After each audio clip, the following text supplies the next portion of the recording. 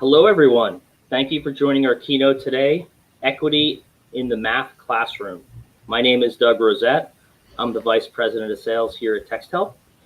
We have a great final presentation today, but before we get started, I have just a couple of reminders for everybody. Our keynote today is in listen-only mode, but we'd love to hear from you and answer your questions throughout the keynote. Feel free to type in either the chat box if you'd like to say hello or tell us where you're from, or the Q&A tab if you have any questions or if you want to vote on a question for our presenter. Both of these tabs are located to the right of the video screen, and Kira Heracles from the TextHelp marketing team will be monitoring them throughout the session. There's Kira. And we'll have a couple of opportunities to address those questions with our presenters as well. So let's get started. I'd like to introduce to you all Jose. Jose Luis Vilson is a full-time math teacher, writer, speaker, activist in New York City. He's the author of This Is Not a Test, a new narrative on race, class, and education, has spoken about education, math, and race for a number of organizations and publications, including the New York Times, The Guardian, TED, El Diario, La Prensa, and The Atlantic. He's a national board certified teacher, math for American master teacher, and executive director of EDU Color, an organization dedicated to race and social justice issues in education. Wow, it's a lot. We will be also joined by our sketch note artist, Tom Hanachek. Tom, has over a 20-year career in education. When Tom is not creating art, he assists school districts in Northeast Ohio with curriculum and assessment needs. Several years ago, Tom started sharing his unique and self-taught methods for taking visual notes, and is now a frequently requested presenter and visual illustrator documenting complex organizational needs in conference keynote presentations. You'll be able to see Tom's sketch notes from this keynote in our resource center. I saw some of his stuff on Twitter today. It is fantastic. So you are in great hands. And with that, and without further delay, I'd like to hand it off to Jose.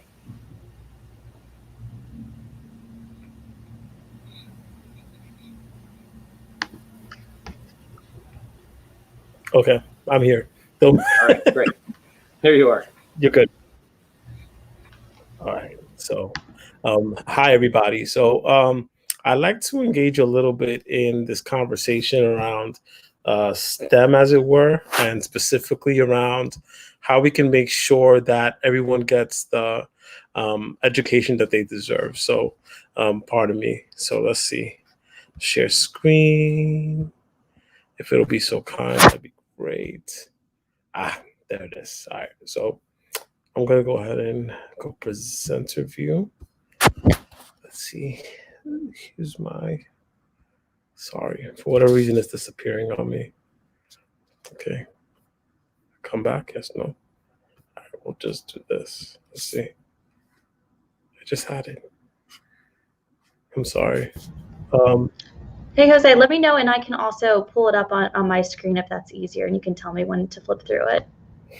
Okay. Let's see. It's gotta be kinder to me. It's gonna show up or not. Okay, yeah, you'll have to pull it up on your screen because I'm not seeing it at all. Yep. I'm sorry. No worries at all.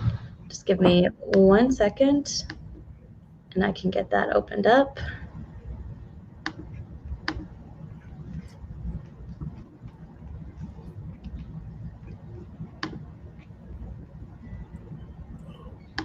Right.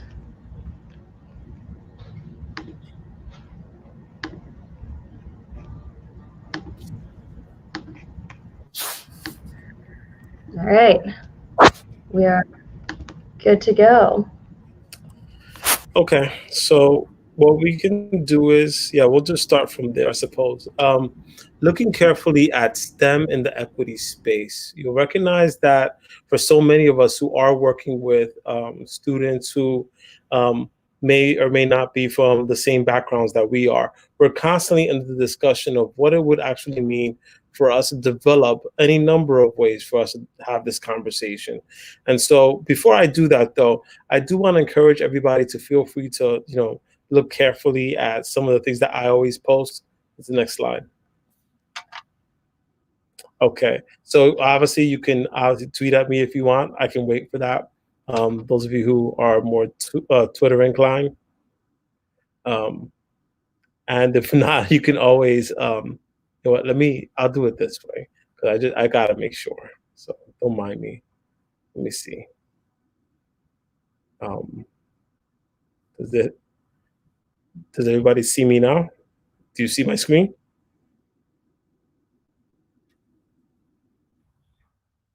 Okay. Yep, So, good to go there. all right, so I'll just do it this way. So, and of course, if you're more Instagram inclined, you can feel free to look at me through there. But generally speaking, what I want to talk to you a little bit about, oh, of course, if you have more, like, I'm a big fan of making unprofessional noises. So I'm always somebody who says, if you have something to mention to me in the chat, if you want to like comment to me any other about anything that you've seen, feel free to make all the noises you wish. I know we're doing this virtually, but by all means, please do. Now, a few things I want to kind of mention too is that, like, I'm very fortunate to have been in the places that I've been. I was about 6 years ago, I had the opportunity to meet the uh, first vice lady, I guess, the vice first lady, Dr. Joe Biden, with any number of educators from across the country. I got to be part of that, and I also got to meet with any number of U.S. Secretary of Education type folks. I was also part of the largest anti-testing movement that there was in the Save Our Schools March. And that was a really great experience. I was also able to host my book club, my book launch, actually, at the United Federation of Teachers with Michael Mulgrew, as you can see right there. Now, I mean, I've met the last couple of U.S. Secretary of Educations. Not all of them, just the two prior. But that's another conversation for some other time. What I will say is that, you know, a lot of people like to ask me things. You know, I've been able to go to these places. I've been to a number of spaces like this, and it's been a real big privilege. But they always say, "Are you like a teacher of the year or something?" And it's always in the context of, you know, who we've had in the last year in Bobby Robinson, or in 2016 when we had Johanna Hayes. And I'm always like, no, I'm not a teacher of the year. Well, were you a teacher of the month? No, my district thought I got into too much trouble, so I would never be in that sort of position. Were you even a state teacher of the year at all? And I'm like, no, my governor or my mayor probably wouldn't nominate me for such a thing. But I've been able to, you know, be activated in this way, and I've been very privileged. So in lieu of that, I've said, all right, if I can't be a state teacher of the year, I can't be a teacher of the month, and I can't be the national teacher of the year, then I might as well take out another title. And yes, this is a reference. You'll recognize that. Yes, I'm taking the teacher of the century. Those of you who want to take that title, you can't. It's all mine. Just kidding. Well, maybe. So in any case, I think something else I want to engage everybody too is that everybody has their origin story and how they came to be. For me, it was the Lower East Side of Manhattan. My mother came from the island of Dominican Republic. My father from the islands of Haiti. And when they met, they were able to, I guess, birthed me, as it were, when they were recently arrived immigrants. And I was able to grow up on the Lower East Side, which at the time was a predominantly Jewish neighborhood until the Williamsburg Bridge was built. And then Williamsburg became the largest Jewish neighborhood in New York City, and I think in the country at the point. But then with that confluence, you also had any number of Dominicans, Black people, Puerto Ricans, Chinese, specifically Chinese folks, and African Americans. So you had a wide set of cultures. And so being culturally responsive was a really big deal, because that's where a lot of the confluence came. And that's where we started to really get a good understanding of each other. And I didn't always have the terminology, right? I wasn't always woke. I mean, granted, my sweater game was always on point. But I would also suggest to everybody that, like, we come to a lot of this work through some different awakenings. And so that's okay too. And if you're just getting started now and you're not getting started at the age of 8, at the age that I was at that point, then that's all right as well. And then what often comes up when it comes to this conversation around race and how we can get this social justice conversation in our classrooms, people always have to say, well, English is the place to do it, and it's a natural spot. given how many books that there are when it comes to social justice issues and race, whether it be Elizabeth Acevedo, Jason Reynolds, even more, even less contemporary folks like James Baldwin, Toni Morrison. So you have a lot of different, references in that respect. And I could agree with that. In social studies, that's a natural place as well. Given all the things that are happening now and have happened over history, it's important for people to get a good understanding of where this idea, a notion of race comes from in the United States context. Even in science, there is a way for us to have this discussion. And I found that to be pretty profound too. When it comes to gym and physical education, people say, all right, well, I mean, maybe race doesn't explicitly come in, but when you talk about athletics, people have a good and easy pathway to use athletes as a way of discussing race and racial tensions in this country. So I could see that. Even in lunch, for whatever reason, that's where a lot of conversations come from. You'll recognize that there's a book called Why Are All the Black Kids Sitting Together in the Cafeteria by Dr. Beverly Daniel Tatum. I highly recommend that book. And it starts with the conversation around lunch and why people self-segregate in the ways that they do. Good conversation to have.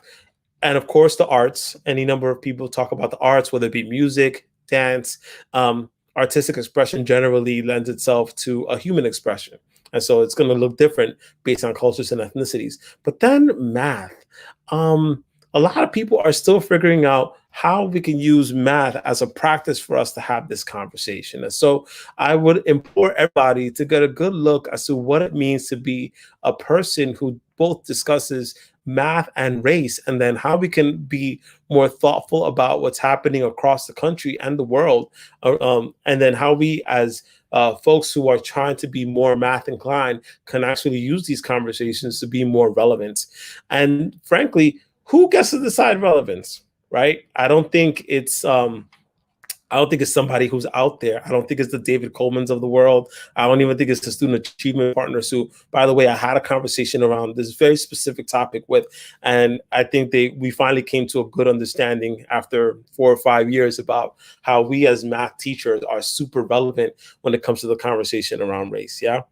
And then, of course, who asked them? There's all these different people out there who want to be experts, and yet we as educators don't often get to be the experts within the construct of how we talk about math teaching. And so here I am thinking about the two types of things that we often discuss when it comes to math. It's always the folks who say, well, we could always be strictly math and go the apolitical route, say, hey, we're just going to talk math and numbers, and anything that comes outside of that is not within our own field house, or as it were, right? And that's all well and good. But then there's other folks who say, well, we could talk about math and we could talk about math and other stuff, but that too often lends itself to a different conversation, and we're often derided for bringing up topics that aren't exactly related to math, but in many different ways can be applied to math.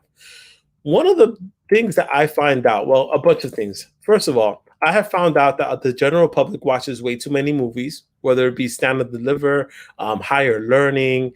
There's any number of teacher movies, Freedom Riders, and they think that teachers aren't supposed to be all that complicated.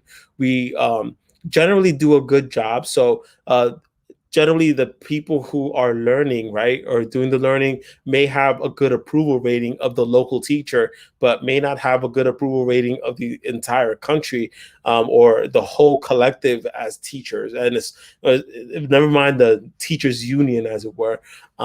There's always those one or two bad apples that spoil the rest of us too. Like, that's always a conversation. And then the general public has a hard time with educators as people who talk about things other than teaching. You'll recognize even during this moment when we're in the middle of COVID-19, teachers are heroes. Teachers are essential workers. And then teachers should just do exactly what we say. So there's like this really, really weird construct about what teachers are supposed to be, how complicated we're supposed to be, what we're supposed to actually talk about when it comes to the classrooms that we're in. And this even doubles and triples down when it comes to topics like math. And of course, if you're a college professor, you get all the leeway possible, which is always an interesting dynamic. But then for me, I was like, I need you to see me for me.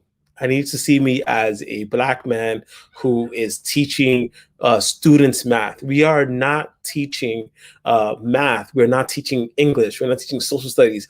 We are teaching students these things. And so if we're teaching students these things, we inevitably want to make the content that we're supposed to be working with students with into something that the students themselves can learn.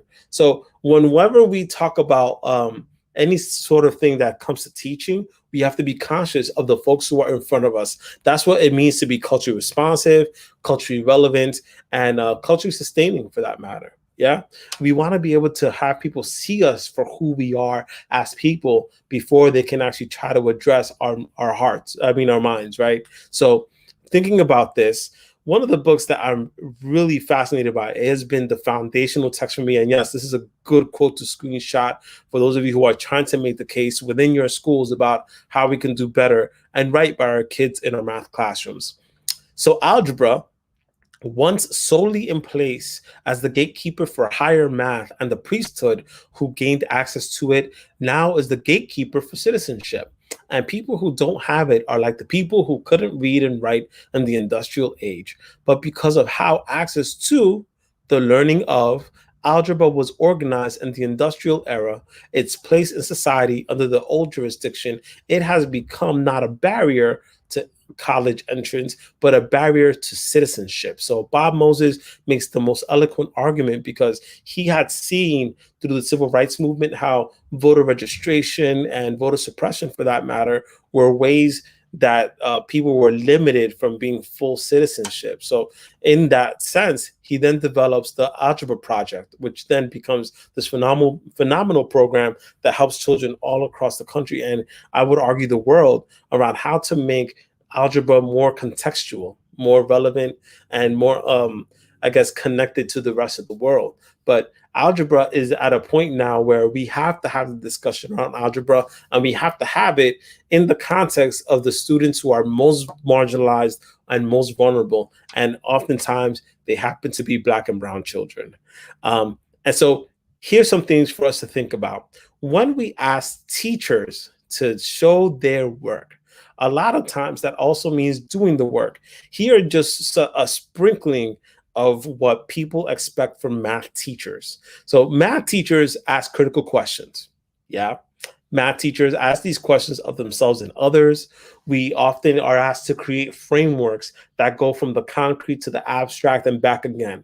If you want to talk about things as simple as adding, we know that technically 2 + 2 is equal to 4. That's the abstraction there, right? Because we don't have the units for that. But then when we ask students to think about solving for different variables, we often find that when we solve those variables, that 2 + 2 doesn't necessarily equal 4 if we're abstracting it even further than that, or if we're concretizing it for a specific situation. Sometimes 2 + 2 can equal 1. It can actually equal 5, depending on the thing that we're looking at. But you don't get that until the math teacher fully understands what it means to go from concrete to abstract and then back again. Math teachers prepare for teachable moments. We are generally in the position where a student is going to have a question that we didn't lesson plan for, but math teachers are supposed to be ready for those moments and either say one of the two things: either I don't know or I do know, and I'm going to ask you more questions to probe your thinking. Math teachers expect non-closure, for sure. Math teachers stand on principles of inquiry and openness. That's connected, right? Math teachers allow for multiple pathways. And usually in my framework, I like to think about it as complete, correct, and consistent. As long as these pathways that allow for the right answer are complete, correct, and consistent, then we're doing a good job as math teachers. And then we struggle with using these similar pathways for us to have the harder conversation around race, around gender, around class, around disability, around any number of identity markers that people say is just too politicized. But we have the tools to do this. And then I would also venture to say that we want math students to be able to do the same things we do as math teachers by the end of our class, so they can become better math students. But if we don't give students the tools to be able to do this sort of thing, then we're going to have a hard time. So this is also an opportunity for you to screenshot in the way of saying, like, these are good practices that we're constantly struggling with, whether it be math as a topic or any number of other very difficult conversations that math teachers have always used but didn't consider when they were actually doing the math, right? So being able to apply frameworks that are super complicated, that's a thing that math teachers are very, very good at. Now we need to get good at that for any number of things that are out there and help the world see how we are able to do that in this way. And of course, I'm always going to ask myself, so why do we ask students to do things that we want to do for ourselves too, right? We have expectations that students are going to be uncomfortable as the process unfolds when they're learning, right? Oh, I'm looking 20 minutes. Okay. So far, so good. How do we expect students to want to learn as a journey and not a destination? We don't like it when students say things like, oh, well, I got the answer. That's it. I'm done with my work. We want them to be curious. We want them to be thoughtful. We want them to understand that the learning is not linear. It's going to be a piecewise function. Sometimes it's not going to just flow. Sometimes it's going to stop. Sometimes it's going to have a quick break, and then it's going to go again. Sometimes you're going to go super duper fast in one unit and not quite as fast as another. So being the smart student doesn't always mean you get every single unit. It just means that the thinking may or may not be aligned to what's being taught, or what's being learned, what's being received. Cheating off the smart kids in class is ephemeral at best. We can't always rely on the students who are the smartest to give all the answers to everybody else. This is an expectation that is clear with so many math teachers who I've had and who I talk with. Now, if that's an expectation for them, why do we not have the same expectation for ourselves? Why do we, for instance, always rely on the teacher of color or the teacher who has the most consciousness to help us have these discussions around race? And of course, it goes beyond peak breaks. Like we can't take a break. Once we're done with it, we have to come back. I have to get into the learning once again. And so here's some things for us to think about. Our most disadvantaged students actually need us to have the most excellent of maths. We need them to understand how to do math well. And that's a really important thing for people to grasp. It's not that we're hiring expectations, though that is definitely a conversation. It's that we're meeting them where they are, and then we're pulling them to places where they need to go. That's important. The math ain't adding up for them. So many students, for example, they can tell you what math looks like, but it's not always going to be the ways that you think. They can see a pattern, for example, when the same student who may have troubles in your class is consistently being suspended. They can see the disparity between the schools that they go to and maybe the ones across the street that are either richer or poorer, depending on zip code, depending on income level, depending on the parents that go, depending on race. So those are questions that have to do with math, and we have to be able to give students the ability to look at that math in a really critical way, right? That's the concrete. Over testing and rigor ratchets up school closure and privatization. I mean, that's what we just talked about, that inequity, the stark inequities, especially when it comes to a thing like a global pandemic. And then math ends up being one of the largest gatekeepers that we know when it comes to our students being able to succeed. I know I came into the math profession because I knew full well that so many of my kids, once they got to 9th grade and they got scared about the algebra, they said, I can't do high school anymore. I believe that is unacceptable. And that's why I went into the middle school, regardless of how people perceive middle school. It's a lively set of students, but it's also such a critical age for their own success. Yeah. And this is what we talk about when we say college and career ready. We want our students to be as ready as possible for the world that's around them. Now, speaking of which, my school is in Washington Heights, New York. You can see a picture there. They're 90% Latinx, with the other 10% being any number of different cultures. Most of them are English language learners or multilingual learners. A plethora of them are actually, they do have an individual individualized education program of some nature, though I believe all my students have special needs. It's all a matter of who gets documented and who doesn't. But that's another conversation. And usually I may have a trip where I have to go to. I remember the first time around, I think it was 11 years ago, somebody asked me to do a topic very similar to this. And I said, well, I'm kind of scared to leave because I've never really trained my kids on, what they were supposed to do when I left. So immediately I got kind of nervous. I was like, I had to buy all of my materials. I never taught them how to work through these things. I never taught them how to be individuals. So I said, all right, what do I need to do? Wait, am I still here? Okay, I'm good. Great. So what do I come back to? Excellent work. What I found was that even though I didn't explicitly teach them how to learn on their own, I was already transferring power over to them in September. So by the time it came to October, November, they were pretty much set to go. They already knew how to get their own tools. They already knew what their projects needed to be. The project, by the way, was around scientific notation and the solar system. And I found that to be a real powerful project to teach kids about numeracy, about approximations. Obviously, scientific notation is always going to be a part of it, about making comparisons. And then not to mention, it helps them really expand their minds around any number of topics that they feel like, wait, I already knew this already. No, you didn't. But, you get to experiment that for yourself. It's a constructivist sort of way of thinking about it. And, as I kept looking at some of their projects, I said, oh, so y'all are using resources that I may not necessarily have thought of to create the things that you have in front of you. So you'll recognize that maybe the students didn't have all the right measurements for some of the planets, but they were able to look up what it actually looks like online. So they pulled up their cell phones, they pulled up their own computers, and then also they just found any round thing they could actually draw with. And they just started saying, all right, so this is going to have to be a representation of Venus, for example, because I know it's got to be bigger than Mercury, but I don't really have a thing that's kind of right in between Venus and Earth. But I'm going to make sure I label it just to let everybody know that, yes, this planet's smaller, but it's still kind of this size. But that's the biggest thing I got.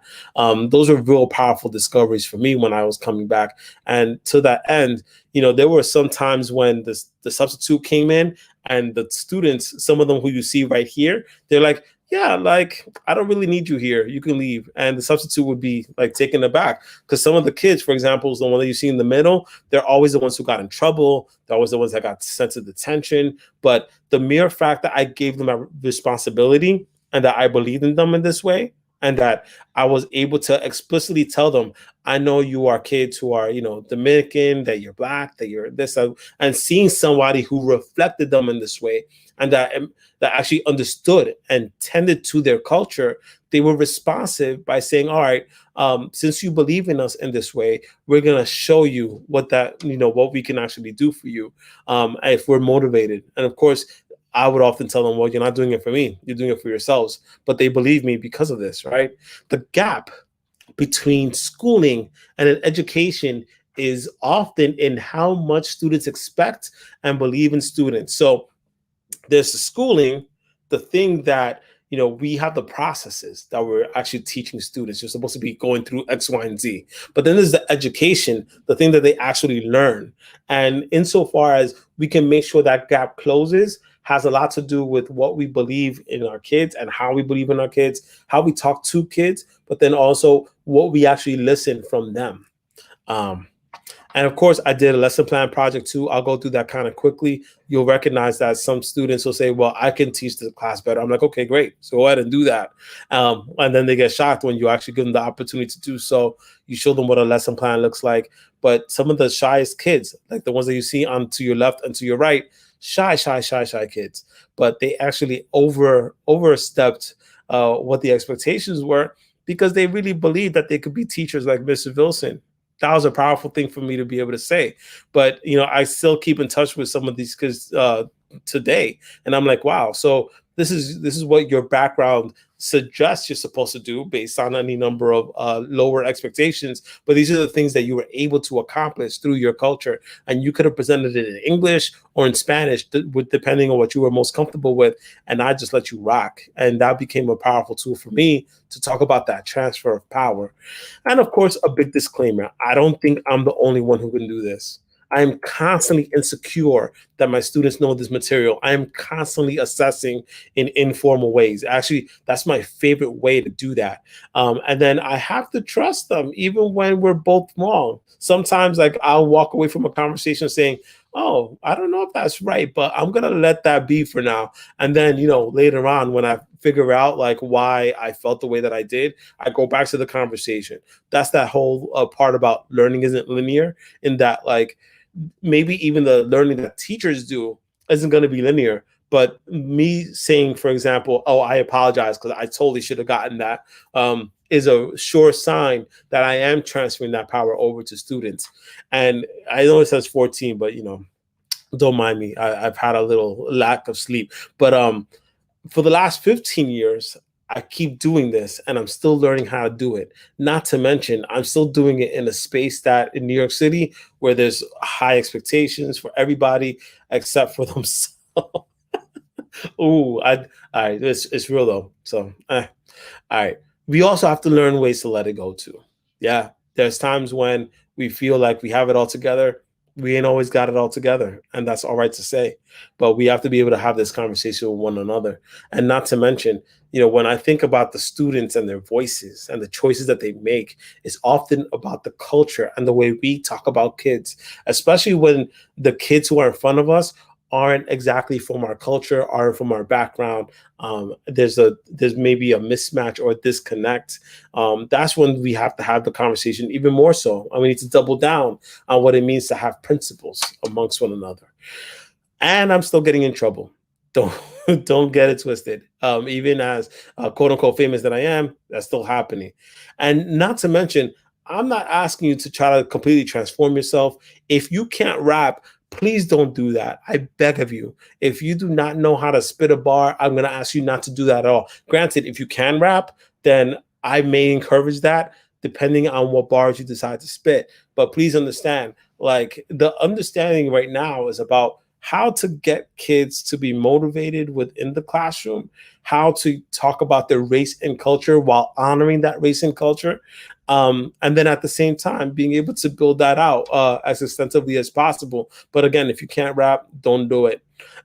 You have to create the environment. I know some of you have already started school, but you do have to start loving them on day one. You got to greet them as people first, right?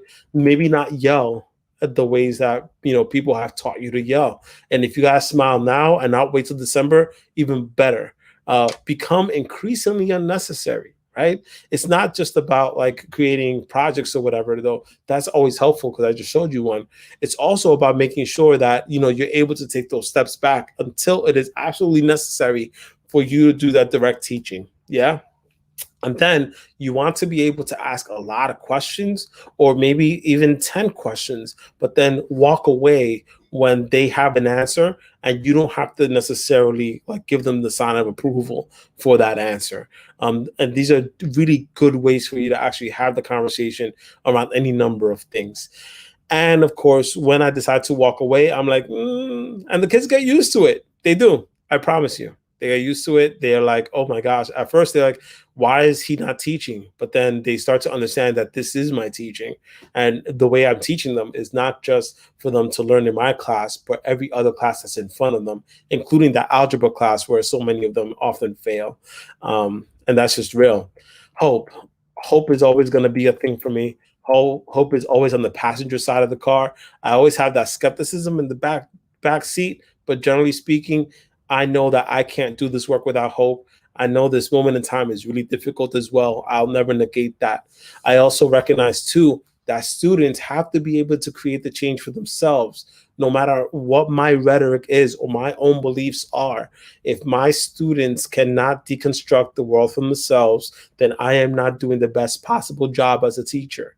The work has to be bigger than the rubrics that are out there right now too. It's this collective labor of love that we're constructing with one another.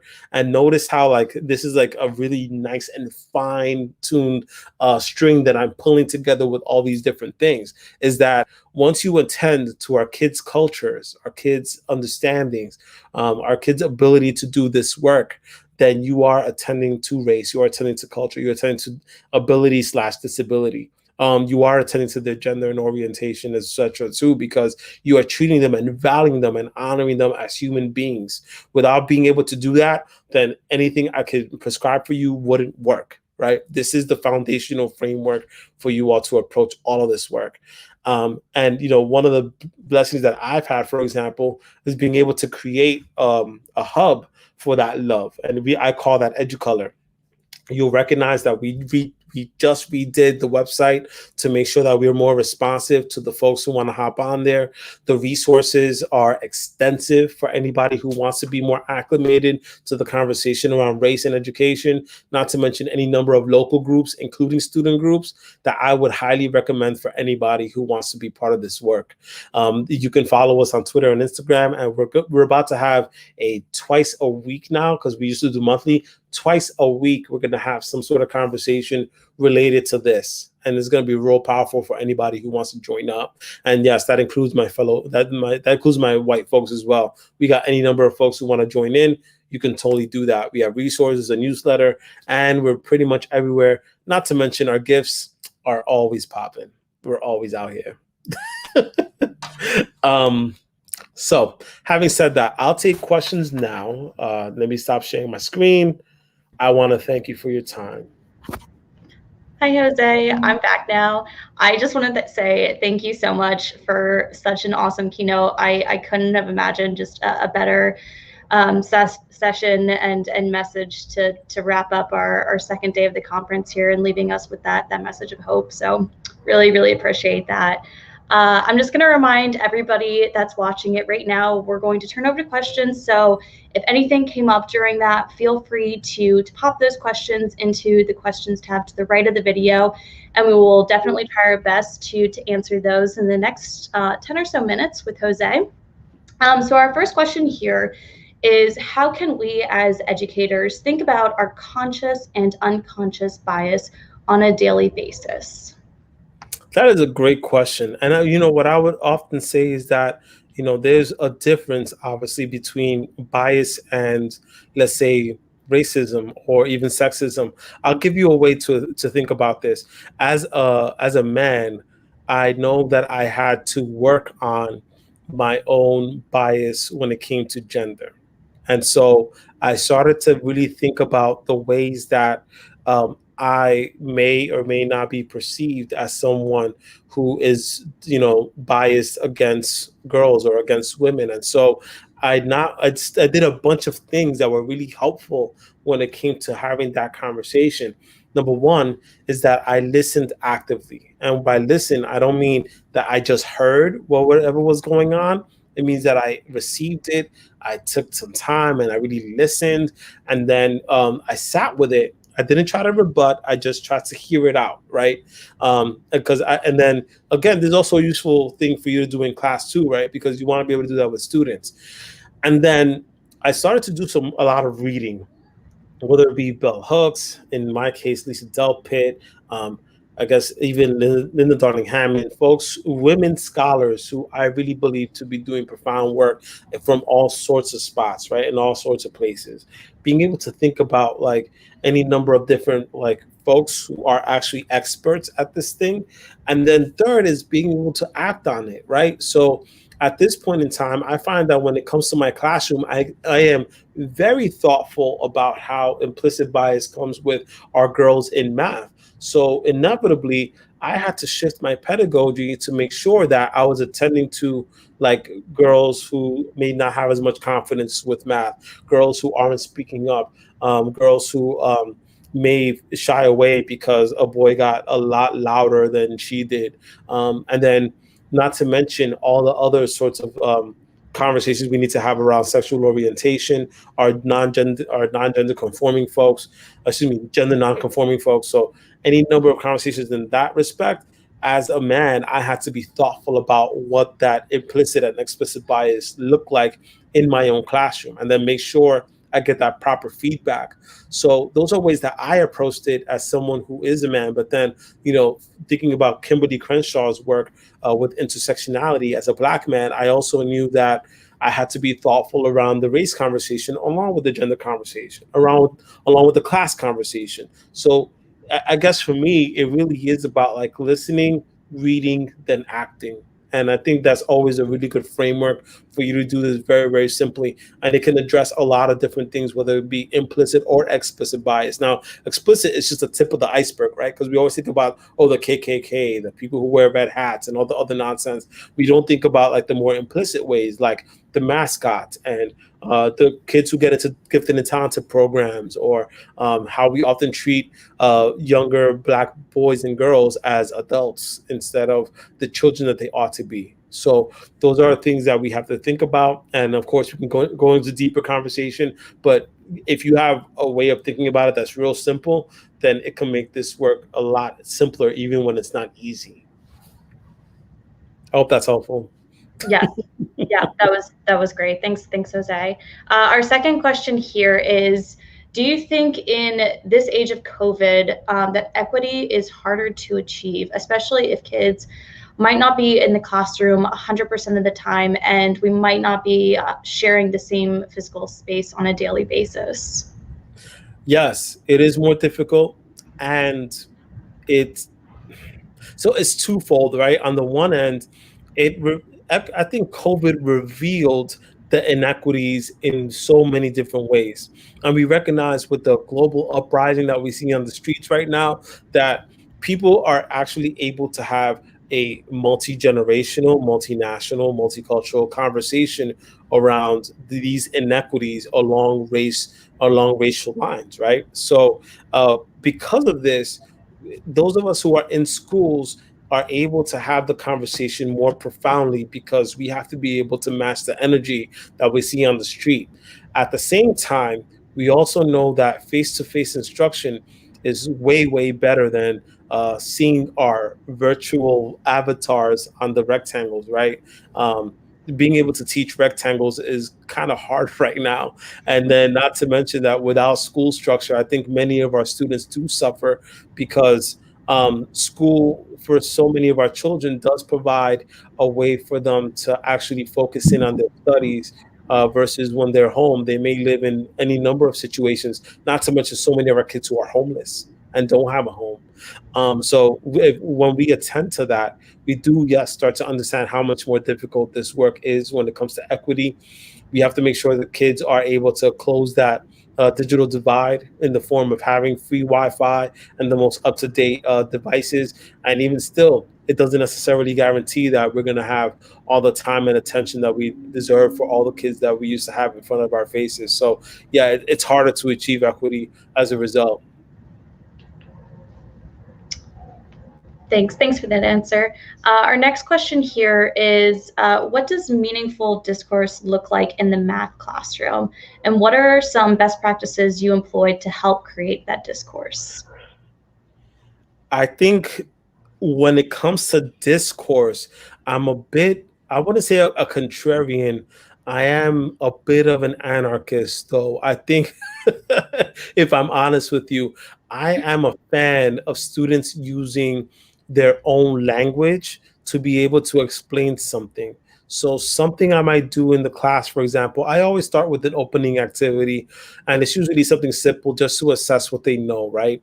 And then I stay quiet. I say, all right, everyone, I'm going to stay quiet and I'm just going to write down the things that you say. And whether or not I agree with it, I end up posting it on the board.